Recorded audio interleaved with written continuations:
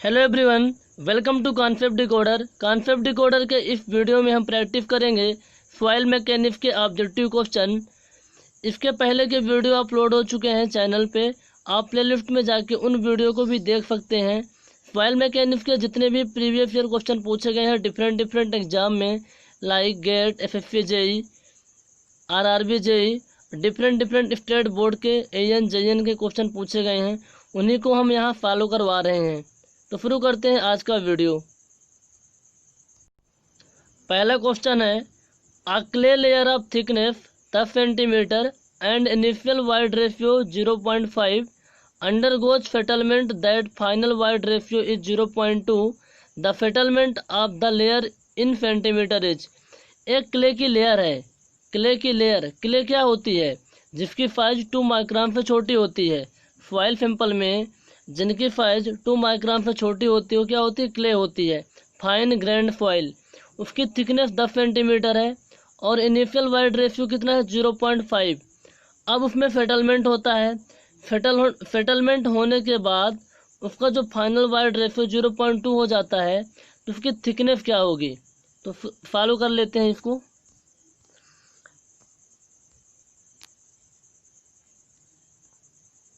एक क्ले की लेयर थी, एक क्ले की लेयर है जिसकी थिकनेस कितनी थी? 10 सेंटीमीटर थी। कितनी थी? 10 सेंटीमीटर थी। इसका वाइड रेशियो कितना था? 0.5 और इसकी थिकनेस कितनी थी? 10 सेंटीमीटर। इसको हम H1 लिख सकते हैं। अब क्या होता है, इसमें सेटलमेंट होता है। सेटलमेंट होने से इसकी थिकनेस क्या होगी? कम जाएगी ना, थिकनेस थोड़ा कम हो जाएगी। वाइड रेशियो 0.2 हो जाता है, तो सेटलमेंट होने के बाद इसकी थिकनेस कितनी होगी? तो दोनों का जो डिफरेंस है वाइड रेशियो का, E1 माइनस E2 कितना हो जाएगा? 0.5 इनिशियल था, फाइनल वाइड रेशियो 0.2 है, तो 0.3 क्या आ जाएगा? ये आ जाएगा आपका difference between initial void ratio and final void ratio. अब आप एक फार्मूला पढ़े होंगे। ये फार्मूला कौन सा है? देखो,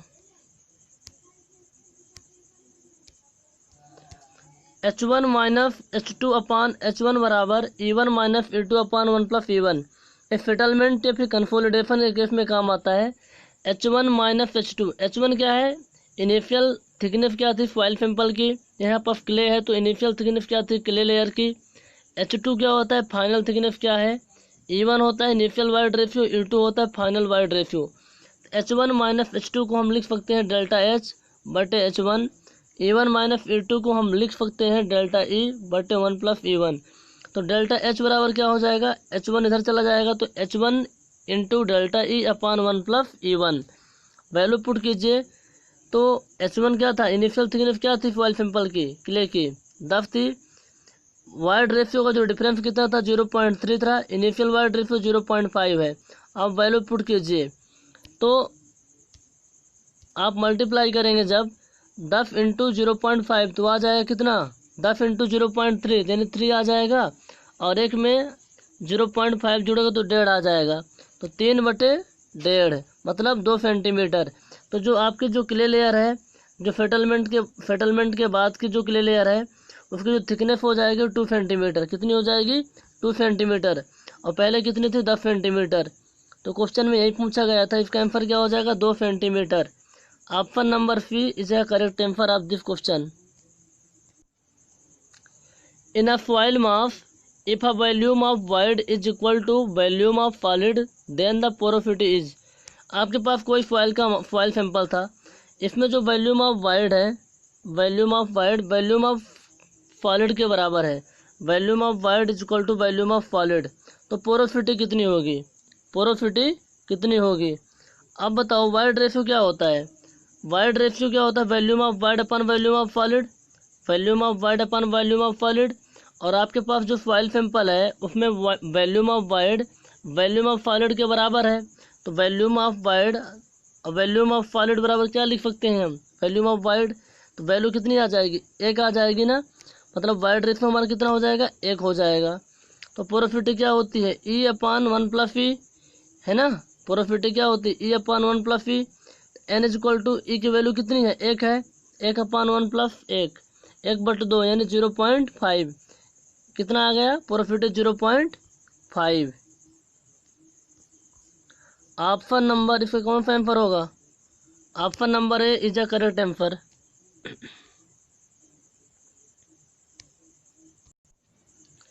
अगला क्वेश्चन है, अ soil sample has a porosity of 40%, the specific gravity of soil is 2.7, the dry density of the soil sample would be.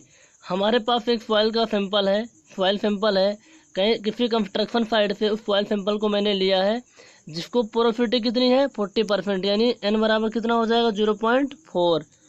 और क्या दिया है, स्पेसिफिक ग्रेविटी ऑफ सॉइल यानी GF कितना है 2.7।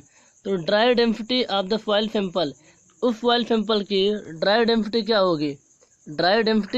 होगी, अब बताओ। पोरोसिटी कितना है 40% यानी 0.4। स्पेसिफिक ग्रेविटी क्या है, GF कितना है आपके पास 2.7, ठीक है। आपको चाहिए ड्राई डेंसिटी, तो ड्राई डेंसिटी का फार्मूला क्या होता है, gamma D is equal to G into gamma W बटे 1+E। जी स्पेसिफिक ग्रेविटी है, गामा W क्या होता है यूनिट वेट ऑफ वाटर, इसकी वैल्यू होती है 1000 किलोग्राम पर मीटर क्यूब या फिर 1 ग्राम पर सेंटीमीटर क्यूब, इसकी वैल्यू होती है।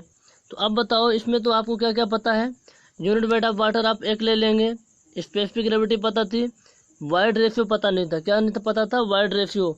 हमारे पास क्या है, पोरोसिटी दिया हुआ है क्वेश्चन में, तो हम वाइड रेशियो इजीली निकाल सकते हैं। क्या होता है रिलेशन इनके बीच, E इज इक्वल टू होता है n/1 माइनस n। n यानी पोरोसिटी कितना है 0.4, 1 माइनस 0.4 यानी 1/0.6, 0.66 आ जाएगा, 0.66 क्या आ जाएगा, वाइड रेशियो। आप यहाँ पास ड्राई डेंसिटी वैल्यू पुट कीजिए, जी कितना है 2.7, गामा W है 1 और E क्या है 0.66। 2.7 में 1 का इंटू होगा तो 2.7 और 1 में 0.66 ऐड होगा तो 1.66, तो वैल्यू क्या आ जाएगी 1.62। ड्राई डेंसिटी कितना हो जाएगा 1.62। Option number B is a correct answer. The ratio of the difference between the void ratio of the soil in its looseest state and its natural wide ratio E to the difference between the wide ratio in the loosest and fully dense state is generally termed as। Question क्या बोल रहा है, देखो हमारे पास कोई soil का sample है, उसका दो टाइप से वाइड रेशियो लिया गया है ना, एक नेचुरल वाइड रेशियो है और एक है लूजेस्ट स्टेट में वाइड रेशियो। तो आपकी ड्राई डेंसिटी क्या होती है ना, ड्राई डेंसिटी क्या होती है, ड्राई डेंसिटी क्या मतलब, ड्राई डेंसिटी के बारे में ही बात की जा रही है। आपको पता होगा कि ड्राई डेंसिटी क्या होता है एक्चुअली में, ड्राई डेंसिटी बोलें या फिर डेंसिटी इंडेक्स बोलें या फिर डिग्री ऑफ डेंसिटी बोलें या फिर रिलेटिव डेंसिटी, ये चारों टर्म एक ही हैं। पहले इसको समझ लीजिए फिर दोबारा क्वेश्चन को रिपीट कर देंगे। ड्राई डेंसिटी इंडेक्स को दर्शाते हैं ID से, या फिर रिलेटिव डेंसिटी या फिर degree of density, that is same. तो ID बराबर क्या होता है, maximum void ratio minus natural void ratio बटे maximum void ratio minus minimum void ratio, ठीक है, ये तो पता है आपको। अब यहाँ पास करना क्या है, अब पूछेंगे सर मैक्सिमम वाइड रेशियो कब होगा और मिनिमम वाइड रेशियो कब होगा। देखो एक्चुअली में क्या होता है, मान लीजिए हमारे पास सॉइल का सैंपल है, मान लीजिए कोर्स ग्रेन सॉइल है, सैंड है, तो सैंड को हम किसी हाइट से गिरा देते हैं, तो सैंड क्या होगी, लूज होगी, क्या होगी, बिखर जाएगी, दूर दूर हो जाएंगे, उसमें बहुत ज़्यादा वाइड्स आ जाएगा, क्या आ जाएगा, बहुत ज़्यादा वाइड्स हो जाएंगे। उस कंडीशन में आपको मैक्सिमम वाइड रेशियो मिलेगा। जब सैंड को किसी पर्टिकुलर हाइट से गिराया जाता है, फिर सॉइल सैंपल को किसी पर्टिकुलर हाइट से गिराया जाता है तो बिखर जाता है, उसमें बहुत ज़्यादा वाइड्स हो जाते हैं, तब आपको वाइड रेशियो मैक्सिमम मिलेगा। मान लीजिए आपके पास एक कंटेनर में कोई सॉइल सैंपल भरा है, सैंड भरा है, आप उसको वाइब्रेट करते हैं, जब वाइब्रेट करेंगे तो उसके जो पार्टिकल हैं क्या होंगे, रीअरेंज होंगे, आपस में क्या होंगे, जो वाइड्स हैं वहाँ भर जाएंगे, तो वाइड रेशियो क्या मिलेगा, मिनिमम मिलेगा। और यही होता है, क्या होता है इसका relation, A maximum minus A natural upon A maximum minus A minimum. और यही क्वेश्चन बोला गया है कि difference between void ratio of soil its loose state, जब सॉइल सैंपल लूज स्टेट में रहेगा तो क्या होगा, मैक्सिमम मिलेगा, क्या मिलेगा, मैक्सिमम मिलेगा void ratio, and it's natural void ratio मतलब EN बटे the difference between void ratio loose मतलब E maximum fully damp state, जब फुल्ली डेम्प स्टेट में होगा तो आपको वाइड रेशियो क्या मिलेगा, मिनिमम मिलेगा। इस टाइम पर हो जाएगा all option are correct. Degree of density, relative density, density index, ये तीनों क्या होते हैं, सेम होते हैं। Option number D is a correct answer. एक चीज़ ध्यान में रखना, जिस फॉइल सैंपल की, जिस फॉइल मास की ड्राई डेंसिटी ज़्यादा होती है या फिर रिलेटिव डेंसिटी ज़्यादा होती है, डिग्री ऑफ डेंसिटी ज़्यादा होती है, उसकी फेयर स्ट्रेंथ बहुत ज़्यादा होती है। फेयर स्ट्रेंथ ऑफ फॉइल क्या होती है, बहुत ज़्यादा होती है। कंप्रेसिबिलिटी क्या होती है, कम होती है। जिसकी ड्राई डेंसिटी ज़्यादा होगी, रिलेटिव डेंसिटी ज़्यादा होगी, उसकी फेयर स्ट्रेंथ ऑफ फॉइल ज़्यादा होगी। और fair strength of foil, in foil की फेयर स्ट्रेंथ कब ज़्यादा होती है, जब कंप्रेसिबिलिटी कम हो, कंप्रेसिबिलिटी कम हो। अगला क्वेश्चन है, the relative density of foil having maximum dry density 2, minimum dry density 1.2 and normal dry density 1.6।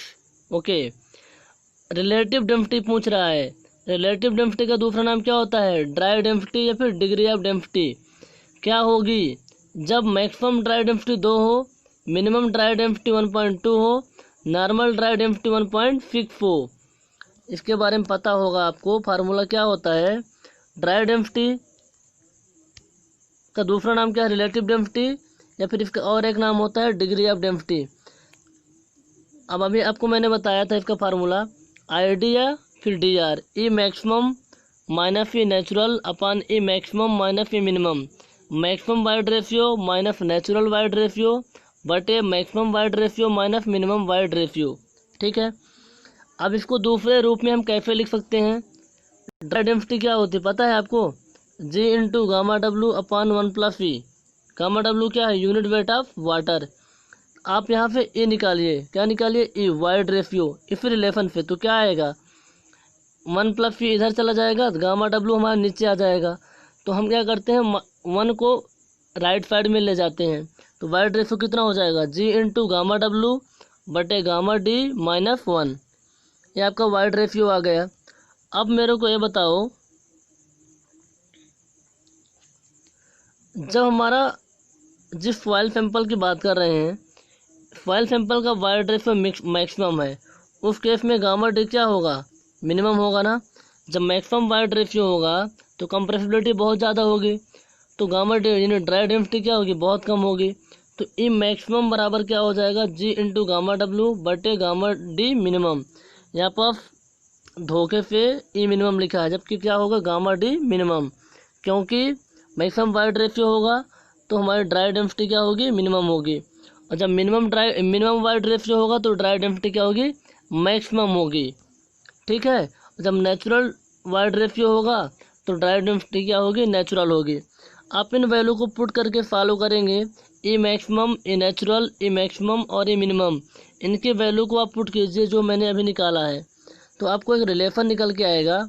ये रिलेशन क्या होता है, देखो ये होता है आई डी या फिर D R is equal to gamma D natural minus gamma D minimum बटे gamma D maximum minus gamma D minimum into gamma D maximum upon gamma D. Gamma D होता है dry density, gamma D maximum dry density, minimum dry density, natural dry density. अब आपको निकल के आ जाएगा relative density का मान। आप वैल्यू को पुट कीजिए, वैल्यू को पुट कीजिए। आपको गामा डी की मैक्सिमम ड्राई डेंसिटी कितना था, 2 था ना, और नेचुरल कितना था 1.6, मिनिमम कितना था 1.2। आप इन सभी वैल्यू को पुट कीजिए ध्यान से। जब आप वैल्यू पुट करेंगे तो 2/1.6, 1.6 में 1.2 जाएगा तो कितना आएगा, 0.4 आ जाएगा, और 2 में 1.2 जाएगा तो 0.8 आ जाएगा।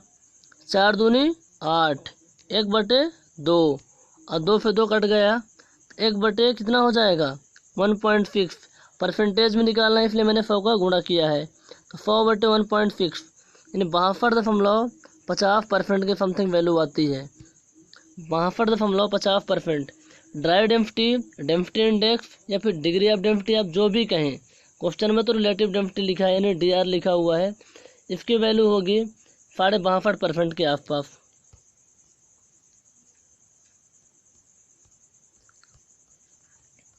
इसके ऑप्शन नहीं दिए हैं, ध्यान में रखना। इसका आंसर होगा 62.50%। ये फार्मूला आपको डायरेक्ट याद रहना चाहिए, तभी आप कर पाएंगे। A coarse grained soil has a wide ratio of 0.78।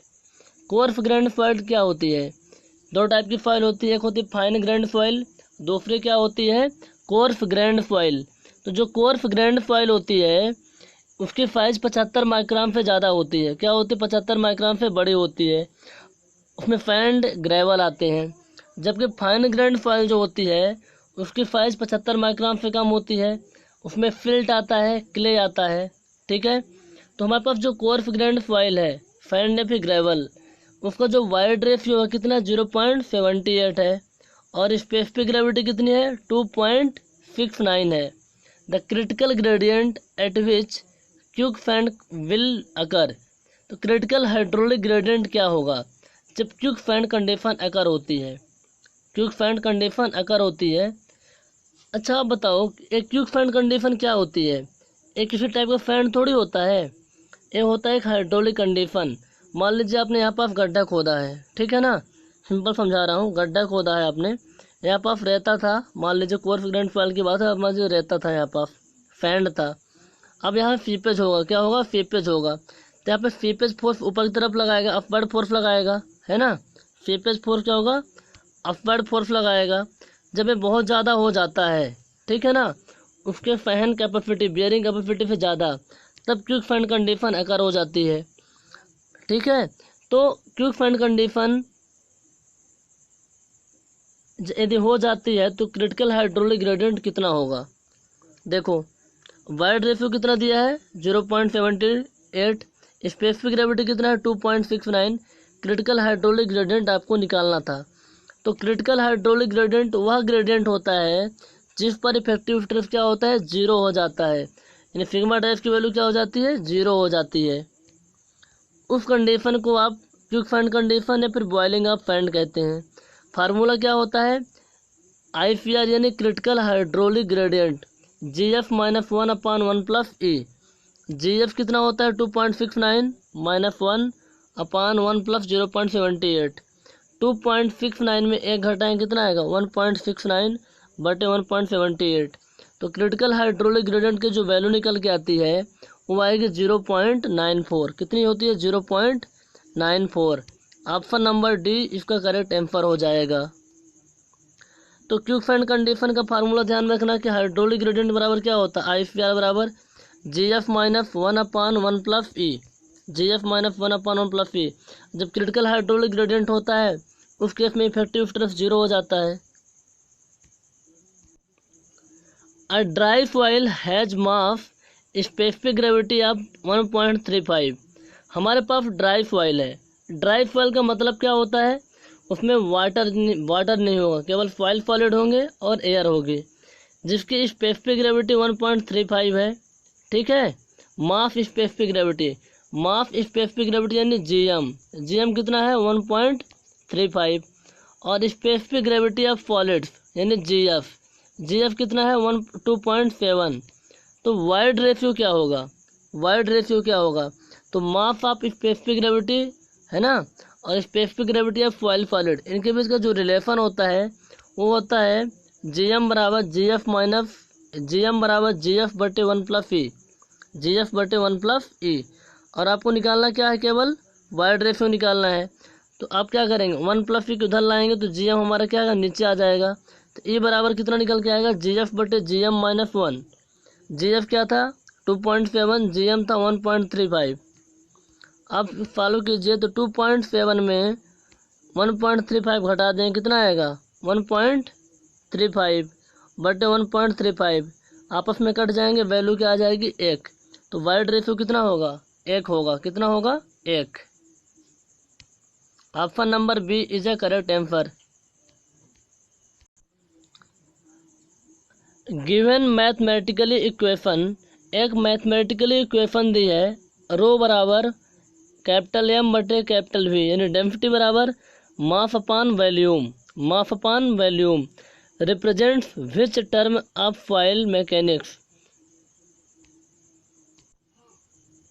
तो डेंसिटी बराबर क्या होता है, मास अपन वॉल्यूम होता है। तो डेंसिटी ऑफ सॉइल क्या हो जाएगा, इसका आंसर हो जाएगा मास अपन वॉल्यूम, यानी ऑप्शन नंबर इसका करेक्ट आंसर हो जाएगा, क्योंकि डेंसिटी क्या होती है, मास अपन वॉल्यूम होता है। वाटर कंटेंट क्या होता है, weight of water upon weight of solid, ठीक है ना। सैचुरेटेड डेंसिटी क्या होती है, गामा फैट की बात कर रहा है। गामा फैट यानी जब उसके वाइट्स जो है ना पूरी तरह से पानी में भरे हुए हैं, वाइट्स में पानी ही पानी भरा हुआ है, उस केस में उस ऑयल सैंपल की जो डेंसिटी होती है that is called saturated density. क्या होती है, सैचुरेटेड डेंसिटी। जबकि जो सब मर्ज डेंसिटी क्या होती है, गामा सब मर्ज बराबर क्या होता है, gamma fat minus gamma W. सब मर्ज्ड यूनिट वेट बराबर होता है saturated unit wait minus unit weight of water. अगला क्वेश्चन है, a coarse grain soil has a wide ratio of 0.75। Coarse grain soil है जिसका वाइड रेशियो 0.75 है, ठीक है। स्पेसिफिक ग्रेविटी कितनी है, 2.7। तो क्रिटिकल हाइड्रोलिक ग्रेडियंट क्या होगा, क्रिटिकल हाइड्रोलिक ग्रेडियंट क्या होगा। अच्छा, उसी टाइप का क्वेश्चन जो मैंने पहले सॉल्व किया था। तो आपके रिलेशन तो पता है ना, क्या होता है, ICR होता है ना क्रिटिकल हाइड्रोलिक ग्रेडियंट। फार्मूला क्या होता है बताओ, GF -1 अपन 1 + V। GF कितना दिया था, 2.75 दिया था, बटे 2.75 -1 अपन 1 + 0.75। सॉल्व कर लीजिए, एक आंसर आएगा। केवल फार्मूला इंपॉर्टेंट है, G -1 अपन 1 + V होता है। अगला क्वेश्चन है, number of face in a soil mass is. हमारे पास सॉइल सिंपल होता है। भैया सॉइल मास के बारे में इतना क्यों पढ़ रहे हो बताओ। हम कोई भी कंस्ट्रक्शन करते हैं, कोई भी इंफ्रास्ट्रक्चर तैयार करते हैं तो सॉइल पे करते हैं। तो सॉइल की जो स्ट्रेंथ है इतनी मस्त होनी चाहिए ना कि हमारा बिल्डिंग धंसे ना, मतलब बिल्डिंग को किसी तरह का नुकसान ना हो। इसलिए सॉइल के बारे में प्रॉपर नॉलेज होना चाहिए, ठीक है। तो देखो, number of face in a soil मास, कितने फेस होते हैं, कितने फेस होते हैं, 3 फेस होते हैं ना। कितने होते हैं, 3। वो कैसे, मैं दिखा रहा हूँ आपको। देखो, सॉइल सैंपल आप मान लीजिए किसी कंस्ट्रक्शन साइट से कोई सैंपल उठाते हैं तो आपको कुछ ऐसा मिलने वाला है। उसमें एयर भी होंगे, वाटर भी होगा, सॉलिड भी होगा। मतलब जो आपको वॉल्यूम ऑफ वाइड जिसकी आप बात करते रहते हैं, तो वॉल्यूम ऑफ वाइड में वॉल्यूम ऑफ वाटर और वॉल्यूम ऑफ एयर। मतलब सिंपल क्या है, जो सॉइल मास है उसमें जो पोर्स होंगे, उस पोर्स में कुछ पोर्स में तो हवा होगा और कुछ में हवा पानी होगा, मतलब हवा और पानी होता है। और सॉलिड तो आपके हैं ही।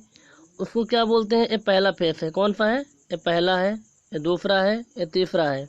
तो पहले फेस को क्या बोलते हैं, पार्शियली सैचुरेटेड, सेमी सैचुरेटेड या फिर unsaturated. Partially saturated, semi saturated या फिर अनसैचुरेटेड। इसमें क्या होता है, एयर भी होता है, वाटर भी होता है, सैंड भी होता है, ठीक है। अब मान लीजिए फिर कोई सॉइल सैंपल है जिसके पूरे वाइड्स क्या है, पानी से भरे हुए हैं। वाइड्स में क्या हवा बिल्कुल भी नहीं है, पानी ही पानी है। उसको बोलते हैं फुल्ली सैचुरेटेड, है ना। फुल्ली सैचुरेटेड सॉइल मास या फिर सैचुरेटेड सॉइल मास। उसमें केवल वाटर होंगे और सॉलिड होंगे, मतलब जहाँ एयर होगी वहाँ पानी आ जाएगा। ड्राई सॉइल मास का क्या होता है, ड्राई सॉइल मास में जो वाटर होता है एवापोरेट हो जाता है, वाटर की जगह में क्या आ जाती है, एयर आ जाती है, एयर और सॉलिड। इसको बोलते हैं ड्राई सॉइल मास। तो कितने फेस होते हैं, 3।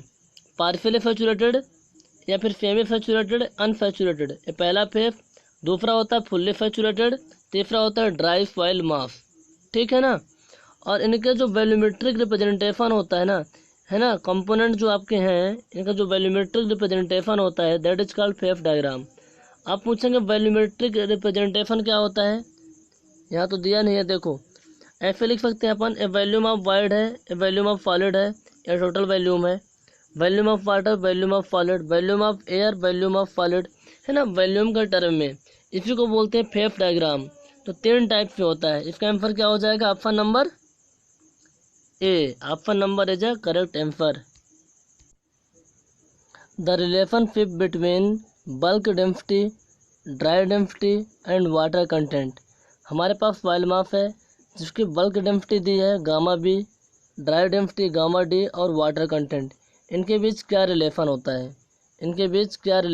है, वो हम देख लेते हैं। देखो इनके बीच का जो रिलेशन क्या होता है, गामा डी बराबर होता है gamma T upon 1 plus water content.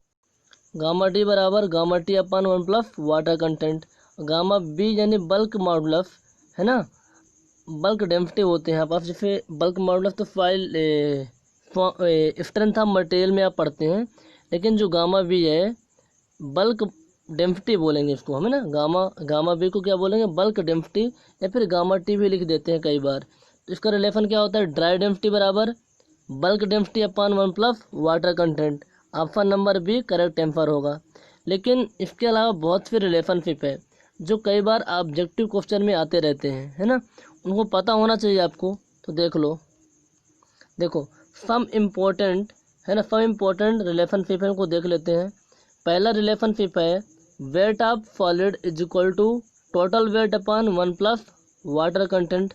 ध्यान से सुनिए, कॉपी पेन लेके इसको नोट कर लीजिए यदि नहीं आता है तो, है ना, क्योंकि आप पढ़ाई कर रहे हो। Weight of solid is equal to क्या होता है, total weight upon 1 plus water content. दूसरा क्या होता है, volume of solid is equal to total volume upon 1 plus void ratio. ये क्या होता है, वाइड रेशियो। तीसरा होता है एन यानी होता है porosity. Porosity is equal to होता है ई अपान 1 प्लस ई।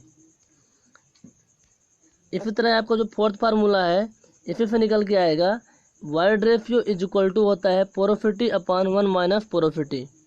पांचवा formula it is a very important formula, G F into W बराबर ई एफ। जी एफ क्या होता है, specific gravity of soil solid, soil mass कह सकते हैं।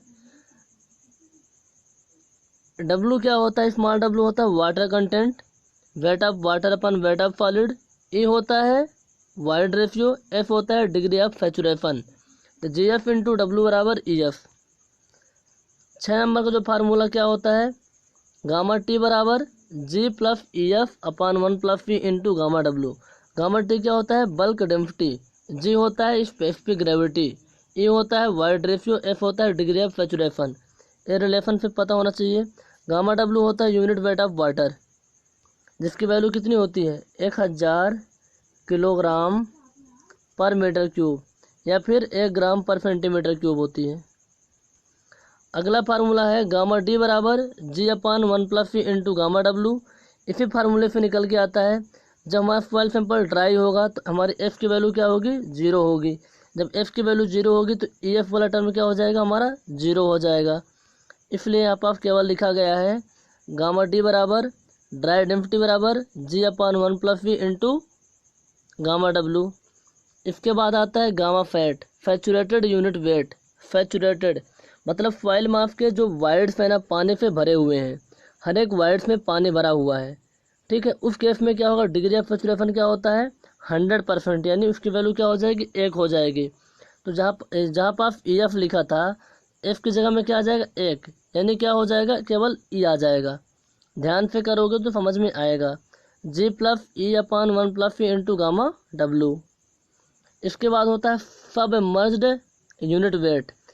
सबमर्ज्ड यूनिट वेट क्या होता है, मतलब हमारे पास जो फॉइल सैंपल होगा अंडर वाटर होगा, वाटर के नीचे की बात करेंगे, है ना, वाटर के नीचे की बात। ये होता है saturated unit wait minus unit weight of water. आप इसको वैल्यू को पुट कीजिए, गामा फैट की वैल्यू रखिए ए वाली और गामा डब्ल्यू, इसका रिलेशनशिप निकल के आएगा G minus 1 upon 1 plus V into gamma W, ठीक है। अगला होता है गामा डी बराबर, गामा डी क्या होता है, ड्राई डेंसिटी बराबर होता है बल्क यूनिट वेट यानी बल्क डेंसिटी बटे 1 प्लस वाटर कंटेंट।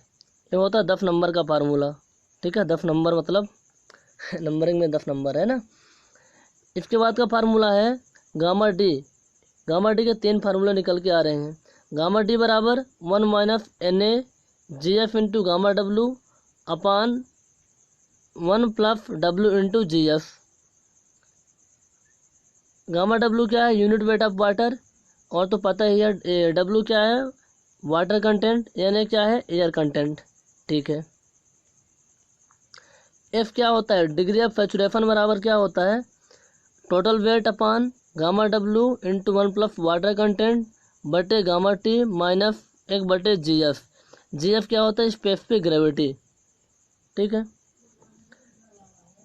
ये टोटल 12 फार्मूले हैं जिनको आपको याद रखना है ना, ताकि यदि कोई क्वेश्चन आए तो आप कर पाएँ। The diameter of the sieve used for finding liquid limit. Liquid limit पता करने के लिए जो फीब का डायमीटर होता है वो कितना होता है। लिक्विड लिमिट वाटर कंटेंट एक ऐसा वाटर कंटेंट होता है जिसमें फाइल फ्लोएबल होती है, फाइल फ्लो करने लग जाती है, उसमें जो फाइल की फेयर स्ट्रेंथ होती है लगभग 0 होती है, मतलब बहुत कम होती है, 2.7 किलो पास्कल के समथिंग होती है। प्लास्टिक लिमिट वाटर कंटेंट क्या होता है, प्लास्टिक लिमिट वाटर कंटेंट एक ऐसा वाटर कंटेंट है जिसमें हम फाइल मास को 3 mm का थ्रेड बना के रोल कर सकते हैं विदाउट क्रम्बलिंग। ओके, ये होता है plastic limit water content. Liquid limit water content में फाइल की जो स्ट्रेंथ होती है 0 होती है, फाइल फ्लोएबल होती है, फ्लो करने लग जाती है। तो लिक्विड लिमिट वाटर कंटेंट पता करने के लिए हमारे पास 2 मेथड होती हैं। पहला होता है कासाग्रांडेज टूल, दूसरा होता है कोन पेनिट्रेशन मेथड। तो पहले बात कर लेते हैं कासाग्रांडे टूल की। कासाग्रांडे टूल में क्या होता है, एक्चुअली में ऐसा कुछ सेटअप होता है कि एक आप कंटेनर जैसा कुछ होता है, उसमें हम क्या करते हैं कि 12 mm यानी आधा इंच का मतलब ग्रूव बना देते हैं, आधा इंच का ग्रूव बना देते हैं, और उसमें हैंडल लगा हुआ है, क्या है, हैंडल लगा रहता है। इस कंटेनर में फॉयल सैंपल को डाल देते हैं, क्ले डाल दिए और वाटर को मिक्स कर दिए, अब ब्लोज प्रोवाइड करते हैं, मतलब हैंडल को घुमाते हैं। हैंडल को घुमाने का मतलब क्या, ब्लोज प्रोवाइड करना। हम ब्लोज प्रोवाइड करते हैं, फिर देखते हैं कि कितने वाटर कंटेंट पर, है ना, कितना मैंने वाटर कंटेंट डाला था और कितने नंबर ऑफ ब्लोज पर ये हमारा जो ग्रूव है फुल भर जाता है। हमारा कुछ इस तरह का ग्रूव रहता है, दिखा देता हूँ मैं आपको। देखो ऐसे कुछ रहता है कंटेनर, बीच में हम क्या करते हैं, सेटअप जो रहता है इसमें मैंने ग्रूव बना दिया। इसमें इस कंटेनर में मैंने 2 चीज़ें डाली है, एक तो हमारे पास क्ले है, दूसरा हमारे पास वाटर है। तो जो हमारा ग्रूव है, एक ग्रूव होता है 12 mm का, कितना होता है, 12 mm का, यानी 0.5 इंच का होता है। अब क्या करेंगे, हम यहाँ पर एक हैंडल लगा रहता है, इस हैंडल को घुमाते रहते हैं, इसी को बोलते हैं ब्लोज प्रोवाइड करना। कितने नंबर ऑफ ब्लोज पर ये हमारा जो ग्रूव है वो पूरी तरह से भर जाएगा, क्या होगा, भर जाएगा, इसमें फॉयल सैंपल भर जाएगा, उसको हम पता करते रहते हैं। तो डिफरेंट वाटर कंटेंट पर डिफरेंट नंबर ऑफ ब्लोज आएंगे, है ना, तो वह वाटर कंटेंट जिसमें 25 नंबर ऑफ ब्लोज पर ये जो ग्रूव है भर जाए, पूरी तरह से भर जाए, वही होता है liquid limit water content. 25 number of blows पर जब हमारा ग्रुप पूरी तरह भर जाए तो उसमें देख लेते हैं मैंने पहले कितना वाटर कंटेंट मिक्स किया था, यही होता है लिक्विड लिमिट वाटर कंटेंट। ये निकल के आता है कासाग्रांडे टूल से। दूसरा होता है कोन पेनिट्रेशन मेथड। कोन पेनिट्रेशन मेथड में क्या करते हैं, हमारे पास एक कंटेनर होता है, उस कंटेनर में फॉयल मास और वाटर डाल देते हैं, फिर ऊपर से हमारे कोन जैसा कुछ कोन होता है जिसको ऊपर से हम गिराते हैं, और इसको ऐसे गिरा देते हैं तो वो वाटर कंटेंट फॉयल में, वो पानी की मात्रा जब इसको हम कोन को गिराते हैं तो 25 mm धंस जाए, 25 mm पेनिट्रेट कर जाए, वो होता है liquid limit water content. Different water content में हमने कोन को गिराया तो 25 mm जब धंस जाए, मतलब जिस वाटर कंटेंट में जो कोन है 25 mm धंस जाए, that is liquid limit water content. जब कासाग्रांडे के टूल से अपन निकाल रहे थे लिक्विड लिमिट, तो फॉयल माप लिया, तो जो फॉयल माप होता है, जो फॉयल का सिंपल होता है, जिसको मैंने किसी कंस्ट्रक्शन साइट से लिया है ना, कंस्ट्रक्शन साइट से, तो उसको 425 माइक्रोन की फीब से पास करा लेते हैं।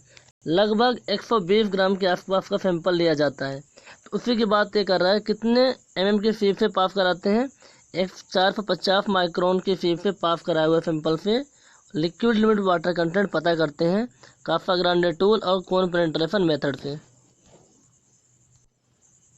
The most accurate method used in laboratory for the determination of water content.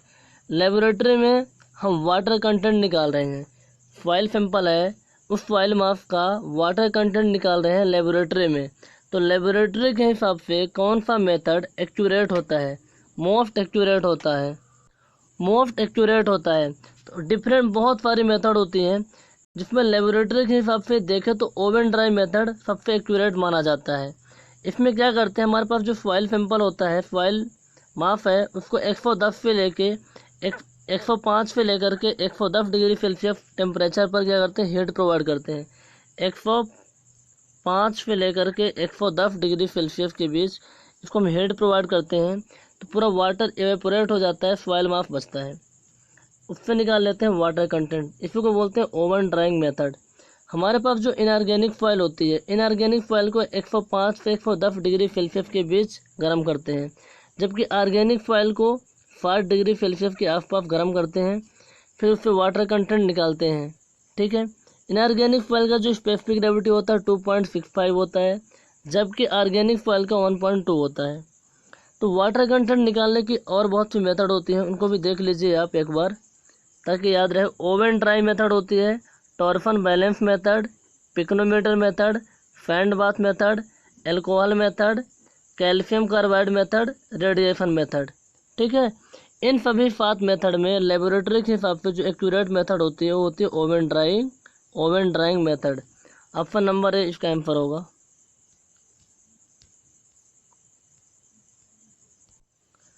The ratio of plasticity index and flow index is known as। Plasticity index यानी IP, फ्लो इंडेक्स अर्थात IF, इनका जो ratio होता है इसे क्या कहते हैं? तो टफनेस इंडेक्स जो आपका IT बराबर होता है IP upon IF, plasticity index upon flow index, ये होता है टफनेस इंडेक्स। कई टाइप के इंडेक्स होते हैं, जिसमें हमारा होता है कंसिस्टेंसी, लिक्विडिटी, श्रिंकेज। तो इनके फार्मूला कुछ है, उनको देख लीजिए।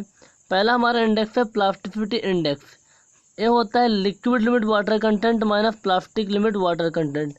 Liquid limit water content minus plastic limit water content बराबर होता है प्लास्टिसिटी इंडेक्स। हमारा दूसरा होता है टफनेस इंडेक्स, ये होता है प्लास्टिसिटी इंडेक्स बटे फ्लो इंडेक्स। तीसरा हमारा है कंसिस्टेंसी इंडेक्स, ये क्या होता है WL माइनस WN अपान WL माइनस WP। WN क्या है, नेचुरल वाटर कंटेंट, WL है liquid limit water content, WP क्या है, प्लास्टिक लिमिट वाटर कंटेंट। ये हमारे होते हैं कंसिस्टेंसी इंडेक्स। अगला होता है लिक्विडिटी इंडेक्स, ये क्या होता है, natural water content minus plastic limit water content बटे liquid limit water content minus plastic limit water content, ये होता है लिक्विडिटी इंडेक्स। इसके बाद आता है फ्री स्वेल इंडेक्स या फिर डिफरेंशियल स्वेल इंडेक्स भी बोलते हैं, ये होता है VD माइनस VK अपान VK इंटू 100। VD क्या होता है, वॉल्यूम ऑफ फॉइल मास जब उसमें डिस्टिल्ड वाटर ऐड किया गया हो, वॉल्यूम ऑफ फॉइल मास जब उसमें केरोसिन ऐड किया गया हो। तो ये डिफरेंट टाइप के इंडेक्स होते हैं। तो यहाँ पास बोला था plasticity index and flow index क्या होता है, इनका रेशियो क्या होता है, दैट इज टफनेस इंडेक्स। क्या होता है, टफनेस इंडेक्स। टफनेस इंडेक्स के बारे में कुछ और देख लीजिए। ये टफनेस इंडेक्स की हेडिंग है, यहाँ पास पता नहीं स्कैन करने में ब्लैक क्यों हो गया। ये है टफनेस इंडेक्स की बात हो रही है, ध्यान रखना टफनेस इंडेक्स की बात हो रही है। तो क्या होता है plasticity index upon flow index. IP क्या होता है, प्लास्टिसिटी इंडेक्स। IF क्या होता है, फ्लो इंडेक्स। इसके बारे में कुछ इंपॉर्टेंट पॉइंट है जिसको मैंने नोट्स से लिया है, देख लो। टफनेस इंडेक्स इंडिकेट करता है shear strength of soil at plastic limit water content. जब प्लास्टिक लिमिट वाटर कंटेंट हो फॉइल का, है ना, मतलब फॉइल को 3 mm के थ्रेड में हम रोल कर सकें, उस टाइम पे फॉइल की शियर स्ट्रेंथ क्या होती है, इसको चेक करने के लिए टफनेस इंडेक्स का यूज किया जाता है। दूसरा क्या है, जो मोस्ट ऑफ द फॉइल होती हैं उनका जो टफनेस इंडेक्स होता है 0 से 3 के बीच होता है। जो हमारी फ्राइएबल फॉइल होती है उसका टफनेस इंडेक्स लेस देन 1 होता है। फ्राइएबल का मतलब होता है उस फॉइल मास को यदि आप हाथ में लेकर दबा रहे हो मुट्ठी में तो चूरा चूरा हो जाती है। तो उसका जो टफनेस इंडेक्स होता है x से कम होता है, लेकिन जो मोस्ट ऑफ द फॉइल होती है उनका 0 से 3 होता है। स्पेशली बात करें क्ले फॉइल की, इसका होता है 1 से 3 के बीच। क्या होता है? 1 से 3 के बीच टफनेस इंडेक्स। ये इसके इम्पोर्टेंट पॉइंट थे, आप इनको नोट करके याद रखिए। The water content at which soil changes from a liquid state to plastic state is known as. वो वाटर कंटेंट क्या होता है? जब सॉइल अपनी अवस्था लिक्विड स्टेट से प्लास्टिक स्टेट में चेंज करती है। तो जब हमारी सॉइल लिक्विड स्टेट में होती है तो उस टाइम पे जो वाटर कंटेंट होता है liquid limit water content. Option number C, option number C इसका आंसर हो जाएगा।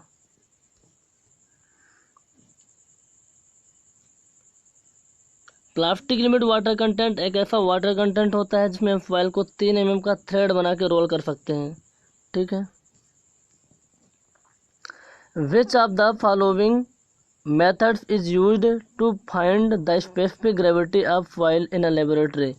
सॉइल मास है, उस सॉइल मास का, उस सॉइल सैंपल का स्पेसिफिक ग्रेविटी निकालना है। कहाँ निकालना है? लेबोरेटरी में। तो हम यूज करते हैं कौन सा? Pycnometer method. कौन सा होता है? Pycnometer method. किसके क्या निकालने के लिए पिक्नोमीटर मेथड? स्पेसिफिक ग्रेविटी निकालने के लिए। किसका? सॉइल का। कहाँ? लेबोरेटरी में। हाइड्रोमीटर मेथड क्या होती है? हाइड्रोमीटर, इसका आंसर आप कमेंट बॉक्स में बताइए। रेडिएशन मेथड और सैंड बाथ मेथड, ये क्या निकालने के लिए काम में आती है? बताओ, क्या निकालने काम में आती है? रेडिएशन मेथड और सैंड बाथ मेथड। ध्यान में नहीं आ रहा क्या? Water content. क्या? Water content. अभी मैंने बताया है इसके पीछे क्वेश्चन में, इसके पिछले का जो क्वेश्चन है, इसके पहले का जो क्वेश्चन है, इसमें मैंने 7 मेथड बताई थी आपको वाटर कंटेंट निकालने की, जिसमें 2 मेथड का मैंने जिक्र भी किया था, रेडिएशन मेथड और सैंड बाथ मेथड। ठीक है। स्पेसिफिक ग्रेविटी की जब बात ही आ रही है, पिक्नोमीटर मेथड से जब मैं निकाल ही रहा हूँ, तो इसके बारे में कुछ इंपॉर्टेंट पॉइंट उनको भी ध्यान में रखिए। जीएफ क्या होता है? Weight of solid upon weight of water having same volume as that of solid. जिस वॉल्यूम में आपका सॉइल सैंपल का सॉलिड था, उसमें वेट ऑफ वाटर कितना होगा। आप इसको जब निकालेंगे तो वैल्यू निकल के आती है gamma F upon gamma W, unit weight of soil solid upon unit weight of water. ठीक है। गामा क्या होता है? रो जी। गामा क्या होता है? रो जी। रो क्या होता है? डेंसिटी। जी होता है स्पेसिफिक ग्रेविटी, यानी density of soil sample upon density of water, ये होता है स्पेसिफिक ग्रेविटी। स्पेसिफिक ग्रेविटी जो इनऑर्गेनिक सॉइल होता है 2.65 होता है, जबकि ऑर्गेनिक सॉइल का 1.2 होता है। इसको हम जब निकालते हैं लेबोरेटरी में तो टेम्परेचर 27 डिग्री सेल्सियस मैनेज किया जाता है। ठीक है। इनऑर्गेनिक सॉइल का जो फार्मेशन होता है वेदरिंग ऑफ रॉक से होता है, जबकि ऑर्गेनिक सॉइल का formation decomposition of vegetative matter से होता है। क्या बात है। The value of the toughness index of most of the soil. Toughness index क्या होती है? प्लास्टिसिटी इंडेक्स बटे फ्लो इंडेक्स। तो मोस्ट ऑफ द सॉइल की वैल्यू कितनी होती है? टफनेस इंडेक्स 0 to 3 होती है, जबकि जो सॉइल फ्राइएबल होती है उसकी वैल्यू क्या होती है? लेस देन 1 होती है। टफनेस इंडेक्स की वैल्यू क्या होती है? लेस देन 1 होती है। लेकिन जो क्ले सॉइल होता है 1 से 3 के बीच उसकी वैल्यू होती है। Toughness index plastic limit water content में जब सॉइल होती है तो उसका शेयर स्ट्रेंथ निकालने के लिए काम में आता है। Shear strength. The coefficient of curvature from the grain size distribution curve is by. तो कोएफिशिएंट ऑफ कर्वेचर होता है, एक होता है CU, एक होता है coefficient of uniformity. Coefficient of curvature CC होता है, कोएफिशिएंट ऑफ यूनिफॉर्मिटी CU होता है। ठीक है। तो आप मेरे को बताओ कोएफिशिएंट ऑफ कर्वेचर क्या होता है, कोएफिशिएंट ऑफ यूनिफॉर्मिटी क्या होती है। देखो, कोएफिशिएंट ऑफ कर्वेचर का जो फार्मूला होता है D30² upon D50 into D10 होता है। D30² upon D50 upon D10 होता है। ये क्या होता है आपका? Coefficient of curvature. जबकि कोएफिशिएंट ऑफ यूनिफॉर्मिटी होता है D50 upon D10, D50 upon D10। दोनों को ध्यान में रखना।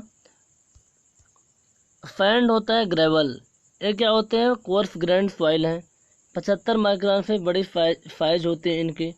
तो हम सैंड को वेल ग्रेडेड सैंड कब कहेंगे? और ग्रेवल को वेल ग्रेडेड ग्रेवल कब कहेंगे। हम चेक करते हैं कोएफिशिएंट ऑफ कर्वेचर और कोएफिशिएंट ऑफ यूनिफॉर्मिटी पे। तो वेल ग्रेडेड का मतलब क्या होता है और पुअरली ग्रेडेड का या फिर यूनिफॉर्मली ग्रेडेड का मतलब क्या होता है। वेल ग्रेडेड का मतलब है सभी तरह के साइज के फॉयल सैंपल प्रेजेंट है। मान लीजिए फैंड की बात करूँ तो डिफरेंट साइज के प्रेजेंट हैं, है ना, डिफरेंट साइज के प्रेजेंट हैं। जबकि पुअरली ग्रेडेड में क्या होता है, एक ही साइज के प्रेजेंट होते हैं। ठीक है, तो वेल ग्रेडेड अच्छी बात होती है। तो वेल ग्रेडेड फैंड हम कब कहेंगे कि this sand is a well graded, हम कैसे पता करेंगे। यदि उसका कोएफिशिएंट ऑफ यूनिफॉर्मिटी 6 से ज़्यादा है। कोएफिशिएंट ऑफ यूनिफॉर्मिटी क्या है, 6 से ज़्यादा है और कोएफिशिएंट ऑफ कर्वेचर 1 से 3 के बीच में है, तब उस फैंड को हम वेल ग्रेडेड फैंड कहते हैं। कोएफिशिएंट ऑफ कर्वेचर 6 से ज़्यादा और कोएफिशिएंट ऑफ यूनिफॉर्मिटी 6 से ज़्यादा, कोएफिशिएंट ऑफ कर्वेचर 1 से 3 के बीच में, तब वो फैंड जाके क्या होती है, वेल ग्रेडेड फैंड। ग्रेवल की बात करें तो कोएफिशिएंट ऑफ यूनिफॉर्मिटी 4 से ज़्यादा होना चाहिए और कोएफिशिएंट ऑफ कर्वेचर 1 से 3 के बीच होना चाहिए, तो वो ग्रेवल क्या होती है, वेल ग्रेडेड ग्रेवल होती है। तो इसका आंसर तो बन जाएगा, क्योंकि ये पूछा क्या था इसमें, फी यानी नहीं कोएफिशिएंट ऑफ कर्वेचर, हाँ फी। इसका आंसर क्या हो जाएगा, D30² × D50 × option number B.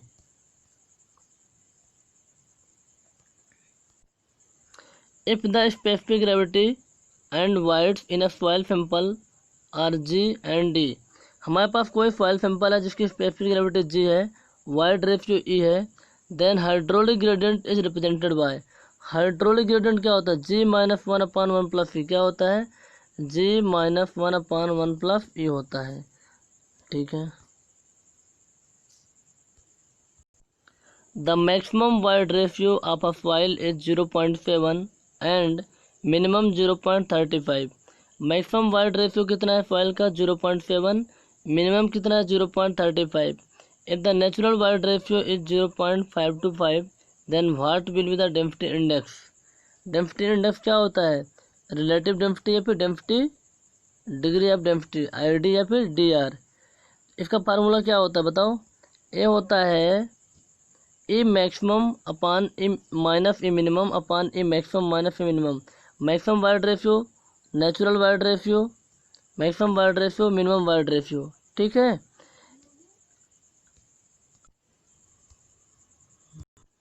Sorry, the maximum void ratio of a soil is 0.7 and the minimum is 0.35। If the natural void ratio is 0.525। हमारे पास सॉइल सैंपल है जिसका मैक्सिमम वाइड रेशियो 0.7 है, minimum void ratio 0.35 है, natural void ratio 0.525 है, तो density index क्या होगा। Density index क्या होता है, रिलेटिव डेंसिटी या फिर डिग्री ऑफ डेंसिटी। फार्मूला क्या होता है बताओ, maximum void ratio minus natural void ratio upon maximum void ratio minus minimum void ratio. Maximum void ratio कितना दिया था, 0.7, मिनिमम 0.35, नेचुरल 0.525। आप फॉलो करेंगे वैल्यू पुट करके तो ID यानी ड्राई डेंसिटी फिर डेंसिटी इंडेक्स के बयान आ जाएगा 0.5।